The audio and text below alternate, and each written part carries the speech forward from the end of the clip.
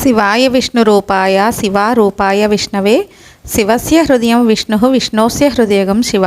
ముందు వీడియోలో రుద్రపశుపతి నాయనార్ గురించిన కథను తెలుసుకున్నాం కదా. ఇప్పుడు ఈ వీడియోలో నందనార్ గురించిన కథను తెలుసుకుందాము. ఈయన 18వ నాయనారు. అది సస్యశ్యామలమైన చోళదేశం. మేల్కానాడలోని ఆదనూర్ అనే చిరు గ్రామం. ఆ గ్రామం చేసుకున్న పుణ్యం ఏమిటంటే అక్కడ ఎక్కువగా శివభక్తులు నివసిస్తూ ఉంటారు. దాంతో చూసేవారికి అది కైలాసమేమోనన్న భ్రమ గొలుపుతుంది. ఆ గ్రామంలోని చెరువుల్లో వికసించే తామరలు మనసులకు ఆహ్లాదాన్ని కలిగిస్తాయి. గంట్ల వెంబడి పెరిగిన వృక్షరాజాలు ఆకాశంతో ఊసులాడుతూ ఉంటాయి. మధ్య మధ్యలో సరస్సులలో నుంచి ఎగిరిపడే చేపలు ఆకాశాన్నంటే చెట్ల చిటారు కొమ్మలను అందుకోవాలని ఉబలాటంతో ఎగిసెగిసి పడుతూ ఉంటాయి. పచ్చని పైరు పంటలతో ఇక్కడి ప్రజలంతా సుఖవంతమైన జీవితాన్ని గడుపుతూ ఇతరులకు ఈర్ష్య పుట్టిస్తూ ఉంటారు. ఆర్థికంగా ఆధ్యాత్మికంగానూ ఎంతో ముందంజలో ఉన్న గ్రామానికి చివరిగా విసిరేసినట్టు ఉంటుంది హరిజనవాడ. ఇక్కడ ఉండేవారంతా కష్టించి పనిచేసేవాళ్లే. రెక్కాడితే గాని డొక్కాడని రోజు కూలీలే ఆ వాడలో ఎక్కువ మంది. ఆ హరిజనవాడలో నందనార్ అనే పరమభక్తుడు కూడా నివాసం ఉండేవాడు. పురాకృత పుణ్యవైభవంతో నందనారు అనుక్షణం శివధ్యాన తత్పరుడై ఉండేవాడు. అతను తన వృత్తి నిర్వహణ చేసుకుంటున్నప్పటికీ శివనామాన్ని మాత్రం విస్మరించేవాడు కాడు.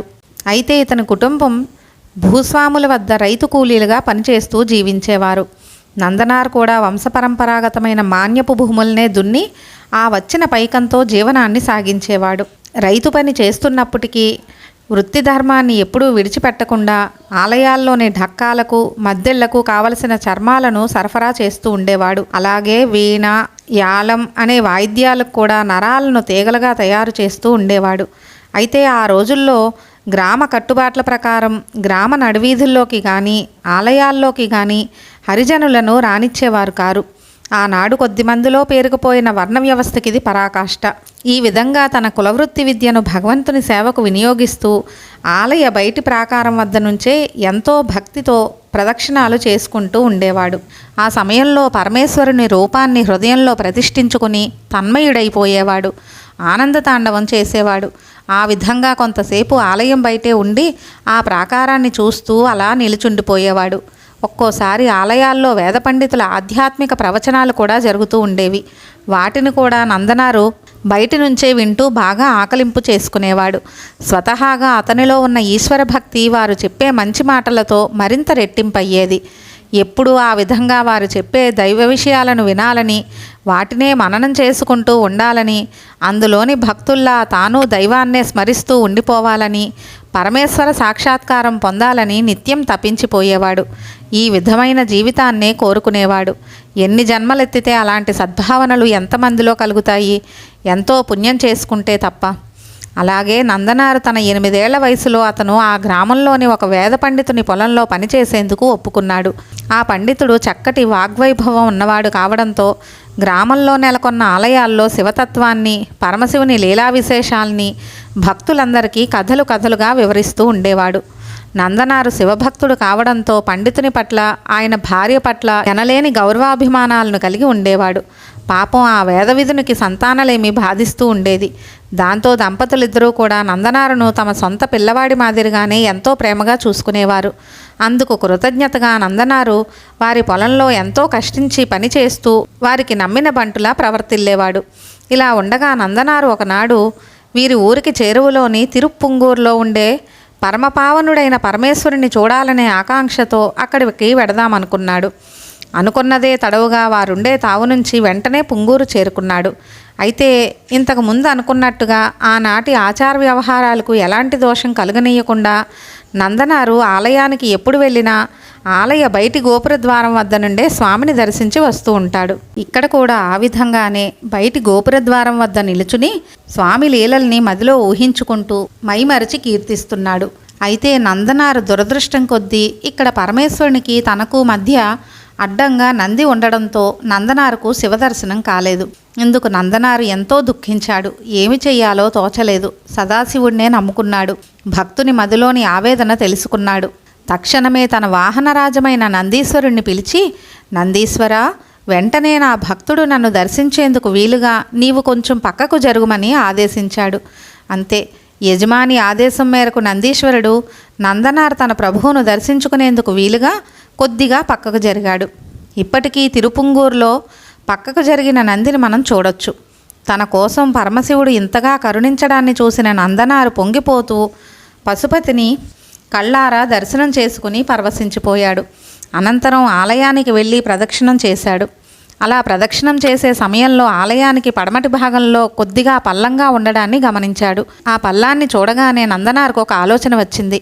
ఆ పల్లం భాగంలో చెరువు తవ్వితే ఎంత బాగుంటుందో అనుకున్నాడు. ఆలోచన రావడం ఆలస్యం. మంచివాళ్లకు వచ్చిన ఏ భావన అయినా వెంటనే కార్యరూపం దాల్చి ఎదుట సాక్షాత్కరిస్తుంది. ఎందుకంటే వారి ఆలోచనలో ఏ విధమైన స్వార్థం ఉండదు, కపటత్వం ఉండదు, నిర్మలత్వం, స్వచ్ఛత తొణికిసలాడుతూ ఉంటాయి. కాబట్టే అవి అప్పటికప్పుడు రూపం దాలుస్తాయి. ఇప్పుడు నందనార్ ఆలోచన కూడా చెరువు రూపంలో కట్టెదుట స్వచ్ఛమైన జలాలతో కనువిందు చేస్తోంది. అనుకున్న పని అనుకున్నట్టుగా చేసి ఆలయంలోని అభవణ్ణి మరోసారి ఆనందంగా దర్శించుకుని తిరిగి స్వగ్రామానికి వచ్చేశాడు. ఇంతకు పూర్వం మాదిరిగానే ఇక్కడ ఉన్న ఆలయంలో దైవాన్ని దర్శించుకుంటూ తన నిత్యకృత్యం పనులను చేసుకుంటూ కాలం జరుపుకొస్తున్నాడు. ఆ విధంగా నందనార్ ఈశ్వర సేవ, యజమాని పొలం పనులు చేసుకుంటూ అందరికీ తల్లో నాలుకలా మెలుగుతూ ఉండేవాడు. ఇలా రోజులు గడుస్తున్నాయి. అయితే నందనార్ పుట్టుక, పెరిగిన వాతావరణ ప్రభావం కారణంగా అతని భాష, పలుకు మొరటగా ఉండేవి. కానీ అతను పనిచేసే బ్రాహ్మణ దంపతులిద్దరూ నందనారు వేషభాషలకు అంత ప్రాధాన్యత ఇచ్చేవారు కారు. కేవలం అతని నిజాయితీ, త్రికరణ శుద్ధికే ప్రాముఖ్యత ఇస్తూ అతన్ని ఎంతో అభిమానంతో చూసుకునేవారు. నందనారు ప్రతినిత్యం సాయంత్రం యజమానిని కలిసి రోజంతా పొలంలో ఏ ఏ పనులు చేశాడో చెప్పేవాడు. ఇలాగే ఒకరోజు నందనారు పొలం పనులు ముగించుకుని ఎప్పటి మాదిరిగానే యజమాని ఇంటికి వెళ్ళేసరికి కొద్దిగా ఆలస్యమైంది. నందనారుకు యజమాని ఇంట్లో ఎక్కడా కనిపించలేదు. పండితుని భార్య నందనారుతో మరునాడు వచ్చి భర్తను కలుసుకోవచ్చు, భోజనం చేసి ఇంటికి వెళ్ళమంది. కానీ నందనారుకు యజమాని కలవకుండా వెళ్లేందుకు మనస్కరించలేదు. యజమాని ఇంటికి వచ్చే వరకు అక్కడే ఉండిపోవాలని నిశ్చయించుకున్నాడు. చివరికి యజమాని భార్య నందనారుతో ఆయన దగ్గరలో ఉన్న శివాలయంలో ప్రవచనం చెబుతున్నారని, ఇంటికి వచ్చేసరికి ఆలస్యం అవుతుంది కాబట్టి శివాలయంలోనే ఆయన్ని కలిసి మాట్లాడి ఇంటికి వెళ్ళిపోమని చెప్పింది. దాంతో నందనారు బెరుకుగా శివాలయం వద్దకు వెళ్ళాడు. అయితే ఆనాటి ఆచారం ప్రకారం నందనారు ఆలయంలోకి వెళ్లేందుకు వీలు లేకపోవడంతో బయటనే భక్తులకు దూరంగా నిలబడి యజమాని చెప్పే భక్తి ప్రవచనాన్ని ఎంతో శ్రద్ధగా వింటున్నాడు. యజమాని ప్రవచనం, ఆయనలోని అపారమైన జ్ఞానం నందనారు హృదయాన్ని ఎంతగానో కదిలించాయి. ప్రవచనం విన్న వెంటనే నందనారుకు యజమానిపై గల పూజ్యభావం ద్విగుణీకృతమైంది. తన యజమాని చెప్పే ప్రతి విషయాన్ని ఎంతో శ్రద్ధాసక్తులతో విన్నాడు. ఆనాడు యజమాని చిదంబరంలోని నటరాజు వైభవాన్ని గురించి వివరించాడు. స్వామి గొప్పతనాన్ని, మహిమను, లీలా విశేషాల్ని ఎంతో రసవత్తరంగా వర్ణించి చివరిగా మనిషిగా జన్మించినందుకు చిదంబరంలోని నటరాజస్వామిని ఒక్కసారి కూడా చూడకపోతే ఆ జన్మ వృధా అయినట్టేనని ప్రసంగం ముగించాడు. అంతే, ఆ చివరి మాటలే నందనార్ చెవుల్లో మారుమోగుతున్నాయి. అతని హృదయంలో బలంగా హత్తుకుపోయాయి. ప్రవచనం పూర్తి కాగానే యజమాని ఇంటికి వచ్చే లోపలే నందనారు తిరిగి యజమాని ఇంటి వద్దకు వచ్చి ఆయన కోసం ఎదురు చూస్తున్నాడు. అంత పొద్దుపోయే వరకు తన కోసం ఎదురు చూస్తున్న నందనారుని చూసి విషయం ఏమిటని ప్రశ్నించాడు యజమాని. నందనారు జరిగిన విషయం చెప్పి చిదంబరంలోని నటరాజస్వామిని గురించి తనకు కలిగిన అనేక సందేహాల్ని యజమాని ముందు పరిచి సమాధానాన్ని కోరాడు. ఆ ప్రశ్నలను విన్న యజమాని కొంచెం ఆశ్చర్యపోయాడు, కానీ పెద్దగా పట్టించుకోలేదు. ముందు భోజనం చేసి రాత్రికి అక్కడే నిద్రించమని నందనారుతో చెప్పాడు. నందనారు యజమాని చెప్పినట్లు భోజనం అయితే చేశాడు, కానీ నిద్రించే స్థితిలో మాత్రం లేడు. తిరిగి నటరాజస్వామి గురించి తనకు కలిగిన సందేహాల్ని తీర్చమని ప్రాధేయపడ్డాడు. అప్పుడు యజమాని అతని ప్రశ్నలకు ముక్తసరిగా సమాధానాలు చెప్పి శివ చిదంబరం అనే మూలమంత్రాన్ని జపించుకుంటూ ఉండమని, అలా చేస్తే నటరాజస్వామి ఆశీస్సులు లభిస్తాయని చెప్పి ఆ రాత్రి ఇంటికి పంపించి వేశాడు. నందనారుకు ఏదో తెలియని ఉద్విగ్నత. ఆ రాత్రంతా నిద్ర పట్టలేదు. యజమాని ఉపదేశించిన మూలమంత్రాన్ని క్షణమైనా ఆపకుండా జపిస్తూనే ఉన్నాడు. అతనిలో కొత్తగా కలిగిన ఉత్సాహం అతన్ని తెల్లవారకు మునిపే పొలానికి వెళ్ళేలా చేసింది. తెల్లవారే సమయానికి ఆ రోజు చేయాల్సిన పొలం పనులన్నీ పూర్తి చేసేశాడు. తర్వాత యజమాని వద్దకు వెళ్ళి తాను త్వరగా ఇంటికి వెళ్లేందుకు అనుమతిని కోరాడు. నందనారు ప్రవర్తనలో కొట్టొచ్చినట్టు కనిపిస్తున్న మార్పును చూచి యజమాని ఆశ్చర్యపోయాడు. నందనారుని ఇంటికి వెళ్ళి విశ్రాంతి తీసుకోమని చెప్పి పంపించి వేశాడు. నందనారు ఇల్లు చేరి ఆ చిన్న కుటీరంలో యజమాని ఉపదేశించిన శివచిదంబర మంత్రాన్ని గంటల తరబడి తన్మయత్వంతో జపిస్తూ ఉండిపోయాడు. ఈ విధంగా మరో 2 రోజుల పాటు అప్రయత్నంగా జపం చేస్తూనే ఉండిపోయాడు. అలా మంత్రజపం నుండి లేచేసరికి ఇంతకు ముందు ఎన్నడూ లేని ఒక దివ్యమైన మార్పు అతనిలో ప్రస్ఫుటంగా కనిపించింది. అతని పూర్వపు స్వభావానికి ఇప్పటి పరిస్థితికి అసలు పోలికే లేదు. ముఖంలో కొత్త కాంతి, స్థితప్రజ్ఞత ఒకదానితో ఒకటి పోటీ పడుతూ తొణికిసలాడుతున్నాయి. నందనార్ భాషలో కూడా అనూహ్యమైన మార్పు వచ్చింది. ఇంతకుముందు మొరటగా యాసతో కూడిన తమిళం మాట్లాడేవాడు. ఇప్పుడు అతను శుద్ధ తమిళంలో భాషా కోవిదులు సంభాషించే భాషనే మాట్లాడుతున్నాడు. నందనార్లో వచ్చిన అద్భుతమైన ఈ మార్పును చూసి గ్రామస్తులందరూ నివ్వెరపోయారు. వారంతా గబగబా నందనార్ యజమాని వద్దకు వెళ్ళి నందనార్లోని మార్పు గురించి తెలియజేశారు. నందనార్ను తక్షణమే తన వద్దకు తీసుకురమ్మని గ్రామస్తులను ఆదేశించాడు వేద పండితుడు. నందనారు తన యజమాని వద్దకు వచ్చాడు. నందనార్లో వ్యక్తమవుతున్న దివ్య తేజస్సు చూసి యజమాని కూడా ఆశ్చర్యపోయాడు. అప్పటికే నందనారు యజమానినే తన గురువుగా భావించి ఉండడంతో ఆయన వద్దకు రాగానే వారి పాదారవిందాలపై పడి తాను చిదంబరం వెళ్ళి నటరాజస్వామిని దర్శించుకునేందుకు అనుమతినివ్వవలసిందిగా అర్థించాడు. అయితే నందనారు చిదంబరం వెళ్లేందుకు పండితుడు అంగీకరించలేదు.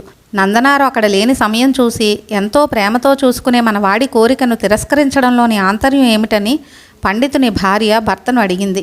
అందుకు ఆ వేద పండితుడు బాధపడుతూ, దేవి, నందనారు చిదంబరం ప్రయాణమే అతని తుది ప్రయాణం అవుతుంది, అందుకే నేను వారిస్తున్నాను అన్నాడు విచారంగా. ఒక్కసారి మన గ్రామాన్ని విడిచి నందనారు చిదంబరం వెళ్ళాడా, తిరిగి అతనెన్నడూ ఇక్కడికి రాడని అతనితో కలిసి ఉండే అవకాశం మనకు ఇక ఉండదని భార్యతో చెప్పాడు. నందనారుపై పండితునుకున్న ప్రేమాభిమానాలు అంతా ఇంతా కావు. ఆ మమతానుబంధమే నందనారు చిదంబరం వెళ్ళనీయకుండా కట్టడి చేస్తున్నాయి. దాంతో నందనారును పిలిచి, నందనార్, తక్షణమే మనకున్న 100 ఎకరాల భూమిని సాగు చేయడానికి అనుకూలంగా సిద్ధం చేయమని ఆదేశించాడు యజమాని. ఆ పొలమంతటిలో పంట పండించి ఆ పంటను ఇంటికి చేర్చాక నీవు చిదంబరం నిరభ్యంతరంగా వెళ్ళవచ్చని చెప్పాడు. యజమాని ఆదేశాన్ని విన్న నందనారు మదిలో దుఃఖం పొంగుకొచ్చింది. నీరు లేక బీడు భూమిగా ఎండిపోయిన పొలాన్ని చూచి కన్నీరు కార్చాడు నందనారు. జీవితం క్షణభంగురమైనదని గుర్తు తెచ్చుకుని వీలైనంత త్వరగా చిదంబరానికి వెడదామని మనసులో బలంగా కోరుకుని, ఎలా సాధ్యం చేస్తావో అంతా నీదే భారం అనుకుంటూ సొమ్మసిల్లిపోయాడు నందనార్. అయితే నందనార్ మనసులో చిదంబరం వెళ్ళాలని ఎప్పుడైతే బలమైన సంకల్పం కలిగిందో అప్పుడే అక్కడ కైలాసవాసుడు తన మనసులో ఇతని భక్తిని లోకానికి విశదం చేద్దామని ఒక నిర్ణయం తీసేసుకున్నాడు. వెంటనే ఈశ్వరుడు భూతగణాల్ని, నందీశ్వరుణ్ణి పిలిచి రాత్రికి రాత్రే నందనార్ యజమాని 100 ఎకరాల పొలంలో పంట పండించి ఇంటికి చేర్చమని ఆదేశించాడు. మీరు ఆ విధంగా చేస్తేనే నందనారు ఆరుద్ర నక్షత్ర దర్శనం సమయానికి చిదంబరం చేరుకోగలడని పరమశివుడు వారికి తెలియజేశాడు. పరమశివుని ఆదేశం మేరకు వారంతా పొలం వద్దకు చేరుకుని క్షణాల్లో పొలాన్ని వ్యవసాయయోగ్యం చేసి తెల్లవారేసరికల్లా పంట పండించారు. సాక్షాత్తు శివుడే కల్పించుకుంటే కాని పనంటూ ఉంటుందా? అంతేకాదు, పొలంలో పండిన ఆ ఫలసాయం యజమాని ఇంటి వెనుక భాగంలో కూడా క్షణాల్లో చేరిపోయింది. తమ ఇంటిలో ధాన్యం పురి ఉండడాన్ని గమనించి పండిత దంపతులు నిర్ఘాంతపోయారు. కొద్ది క్షణాల్లోనే ఈ విషయం గ్రామమంతా పాకింది. ఈ వింత ప్రత్యక్షంగా చూసేందుకు గ్రామస్తులంతా పండితుని ఇంటికి తండోపతండాలుగా చేరుకున్నారు. అంతకుముందు అనేకసార్లు పండితుడు నందనార్ని ప్రేమారా అక్కున చేర్చుకోవాలనుకునేవాడు. కానీ అనిపించిన ప్రతిసారి నందనారు నిమ్న కులస్థుడని ఆలోచనతో వెనక్కి తగ్గేవాడు. నందనార్ భక్తిని కల్లారా చూసిన పండితుని అహంకారమంతా అణిగిపోయింది. వెంటనే కులమతాలను ఆవలికి నెట్టేశాడు.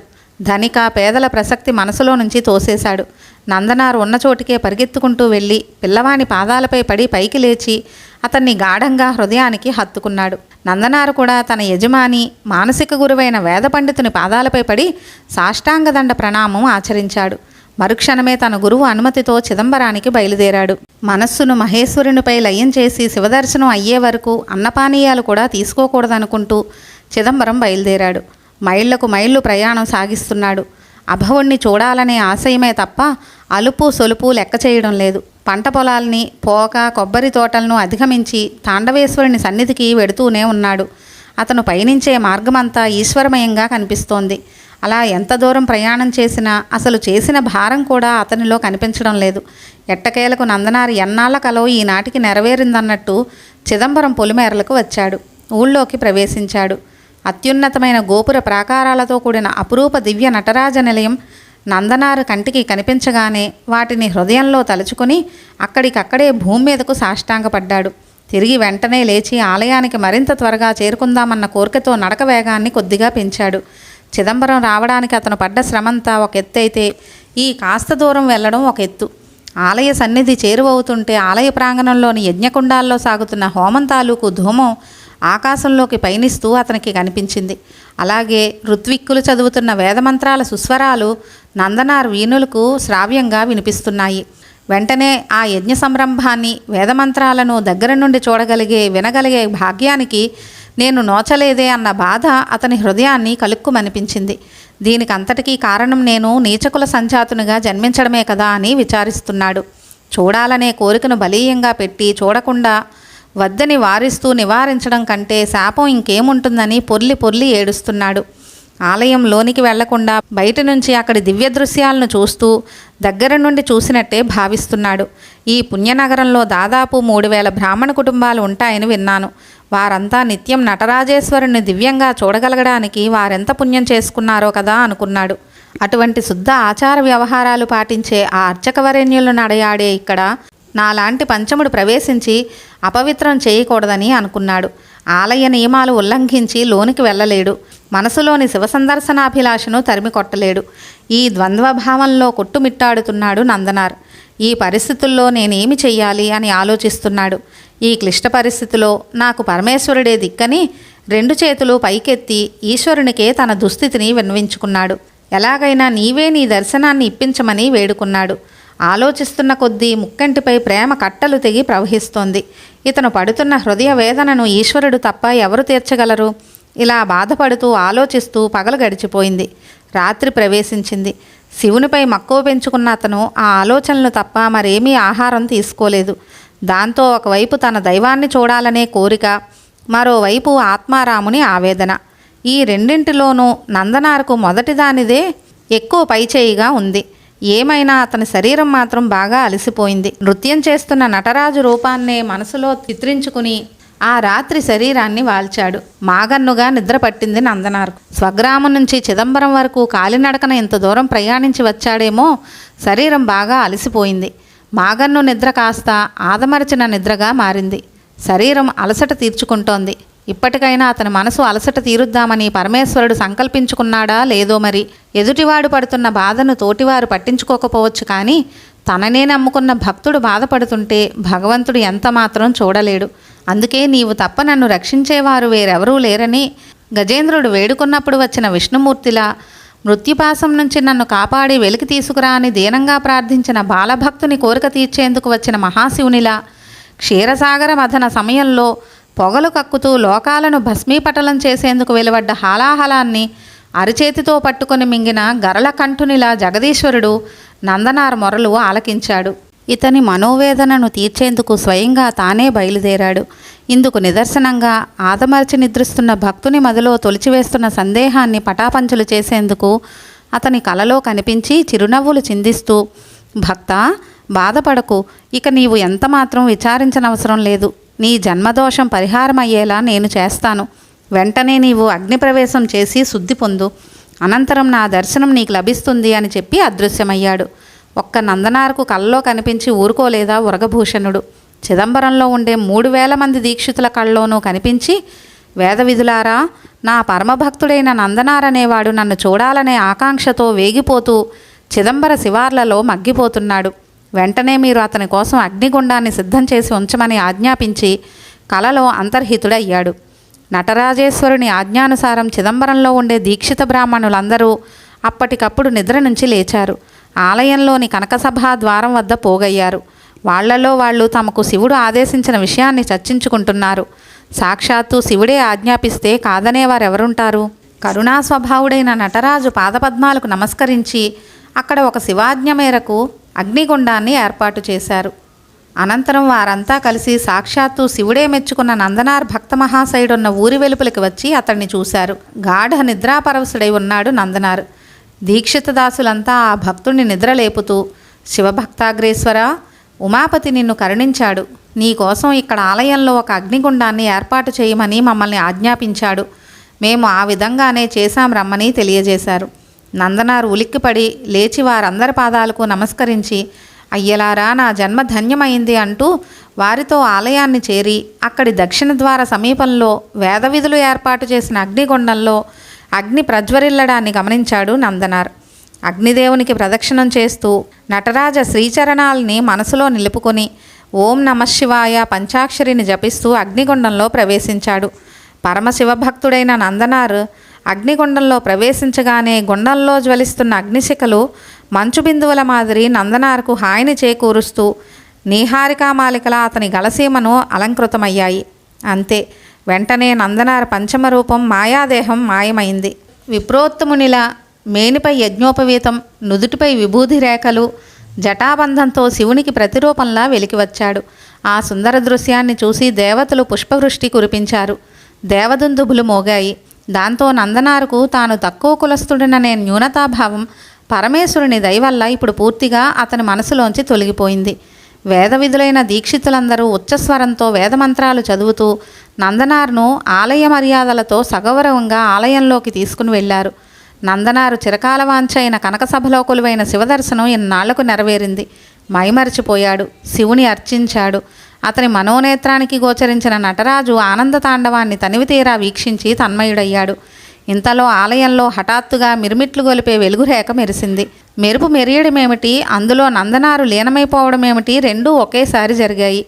మెరుపు మాయమైన తర్వాత చూస్తే అక్కడ నందనారు లేడు. వెలుగులో అంతర్ధానమయ్యాడు. నటరాజస్వామిలో శాశ్వతంగా లీనమయ్యాడు ఆ మహాభక్తుడు. విన్నారు కదా నందనారు కథని. మరొక వీడియోలో తిరుకురొప్ప తొండనాయనారు గురించిన కథను తెలుసుకుందాము.